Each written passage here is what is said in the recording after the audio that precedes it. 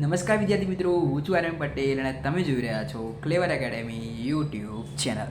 તો આજના વિડીયોની અંદર આજે આપણે જોવાના છીએ ધોરણ 11 વિષય સ્ટેટ ચેપ્ટર નંબર 2 માહિતીનું નિરૂપણ. એના મોસ્ટ આઈએમપી થિયરી જોવાના છીએ, મોસ્ટ આઈએમપી દાખલા જોવાના છીએ.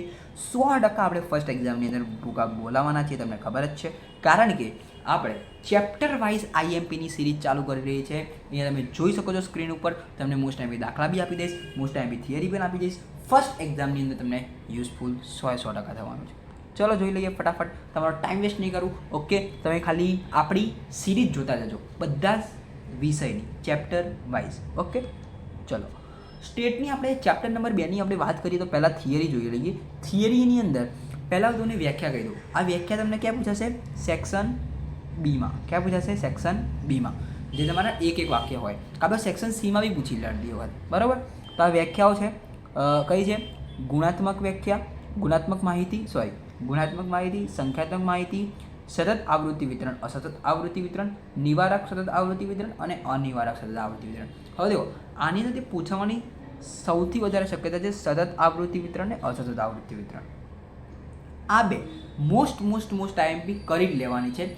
આ નીચેની બે ના કરો તો ચાલશે, પણ આ 4 તો કરી જ લેજો. સમજી ગયા તમે? સમજ્યા કે નહીં સમજ્યા? 6 કરવાની તો છે જ, પણ મોસ્ટ આઈએમપી કઈ છે? સતત આવૃત્તિ વિતરણ અને અસતત આવૃત્તિ વિતરણ. હવે આપણે જોઈ લઈએ કે પ્રશ્નો કયા પૂછાય. સેક્શન સીમાં અડધી વખત પૂછી લેતા હોય છે, અડધી વખત સેક્શન ડીમાં પૂછી લેતા હોય છે. તો કયા પ્રશ્નો પૂછાશે? તો અનિવારક સતત આવૃત્તિ વિતરણની વર્ગ સીમાઓ પરથી વર્ગ સીમા બિંદુઓ શોધવાના સૂત્રો જણાવો. એક આ વાળું. નિવારક સતત આવૃત્તિ વિતરણ અને અનિવારક સતત આવૃત્તિ વિતરણનો તફાવત પૂછાઈ શકે છે.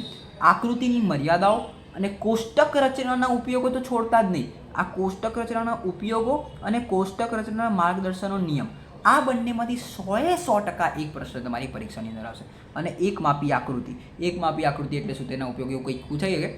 તો આ જે આકૃતિની મર્યાદાઓ બી ના છોડતા, કોષ્ટક રચનાના ઉપયોગો, કોષ્ટક રચના માર્ગદર્શન નિયમો અને એક માપી 4, આ 4 પ્રશ્નોમાંથી આવશે 100.10% ગેરંટી આપું છું, બરાબર. આકૃતિની મર્યાદાઓ અને કોષ્ટક રચનાના ઉપયોગો. તમને એવું લાગતું હોય ને કે મને થિયરીની અંદર કંટાળો આવે છે, તો આકૃતિની મર્યાદાઓ એક અને કોષ્ટક રચનાના ઉપયોગ, આ બે તો કરીને જ જજો. આ બે તો કરવાના એટલે કરવાના ફૂલ એન્ડ ફાઇનલ, બરાબર. આ 6માંથી તમને એવું લાગે કંટાળો આવે છે, તો આકૃતિની મર્યાદાઓ, કોષ્ટક રચનાના ફૂલ એન્ડ ફાઇનલ કરવાનો એટલે કરવાનો જ છે. જોઈ લેજો, તમારે જોવું હોય તો. આ આપણા પ્રશ્નો હતા અને આગળની એક આપણી વ્યાખ્યાઓ હતી. જોઈ લેજો. વ્યાખ્યાની અંદર કઈ કીધી? ગુણાત્મક માહિતી, સંખ્યાત્મક માહિતી બંનેમાંથી એક પૂછાઈ શકે છે. સતત આવૃત્તિ વિતરણ, અસતત આવૃત્તિ વિતરણમાંથી એક પૂછાઈ શકે છે. અને આ પ્રશ્નોમાંથી આકૃતિની મર્યાદાઓ, કોષ્ટક રચનાના ઉપયોગો વેરી આઈએમપી થઈ જશે. વાત કરી દઈએ દાખલા કયા પૂછાશે. હવે સ્વાધ્યાય 2.1ની અંદરથી બીજો, ચોથો, પાંચમો, સાતમો, નવમો અને 10મો, 2.2ની અંદરથી બીજો, ત્રીજો, પાંચમો, 2.3ને તમે સ્કીપ કરી શકો છો, પણ 2.3ની અંદરથી પાસેની સ્તંભ આકૃતિ અને વૃત્તાંશ આકૃતિ પૂછાતા હોય છે ઘણી વખત હાર્ડ પેપર કાઢવા માટે, બરાબર.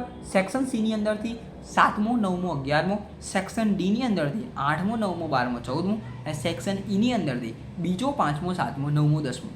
તમને એવું લાગતું હશે કે આ તો એમના નંબર બોલી ગયા, પણ આ નંબરનું એનાલિસિસ કરવા માટે ઘણા બધા પેપર ચેક કરવા પડતા હોય છે. ઘણી બધી પરીક્ષાના પેપર જે આગળ લેવાઈ ગયા હોય એ પેપરો ચેક કરીને મેં આ નંબર આપેલા છે. એમને નથી આપ્યા, તમારી ચોપડીની અંદરથી થોડા એનાલિસિસ કરેલા છે, થોડા મારા તરફથી અને એક પેપરના એનાલિસિસ તરફથી બધું એનાલિસિસ કરીને નંબર લખેલા છે. તો તમે આ નંબર કરી લેશો તો હું તમને ગેરંટી આપું છું આની વારનો દાખલો નહીં પૂછાય.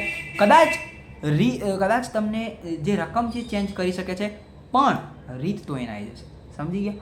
તો જોઈ લેજો. 2.1, 2.2, 2.3 અને સેક્શન CDE આ થઈ ગયા દાખલા, વ્યાખ્યા, થિયરી, તમામ વસ્તુ. હવે તમને પ્રશ્ન થાય કે તમે અમને થિયરી યાદ નથી રહેતી, થિયરી કરાવો. તો હું તમને ગેરંટી આપું છું આ વિડીયો ઉપર 50 લાઇક્સ આવી ગઈ તો હું સ્ટેટની ચેપ્ટર વાઇઝ થિયરીનો વિડીયો બનાવીશ. ચેપ્ટર વાઇઝ થિયરી તમને યાદ રહી જાય, વિઝ્યુઅલ્સ તમારા દિમાગની અંદર રહી જાય એવી રીતે. જેમ આપણે ધોરણ 11 વિષય એકાઉન્ટ ચેપ્ટર નંબર 1ની અંદર જે પારિભાષિક જે શબ્દો જે શીખવાડ્યા છે જોરદાર રીતે, જોયો ના વિડીયો તો જોઈ લેજો, તમે જ કહેશો, બરાબર. એવી રીતે આપણે શીખવાડીશું. ખાલી આ વિડીયો ઉપર 50 લાઇક્સ અમે ટાર્ગેટ મૂકીએ છીએ. એ ખાલી પૂરો કરજો. તો વિદ્યાર્થી મિત્રો મળીશું નેક્સ્ટ વિડીયોમાં. ત્યાં સુધી good bye, take care, all the best.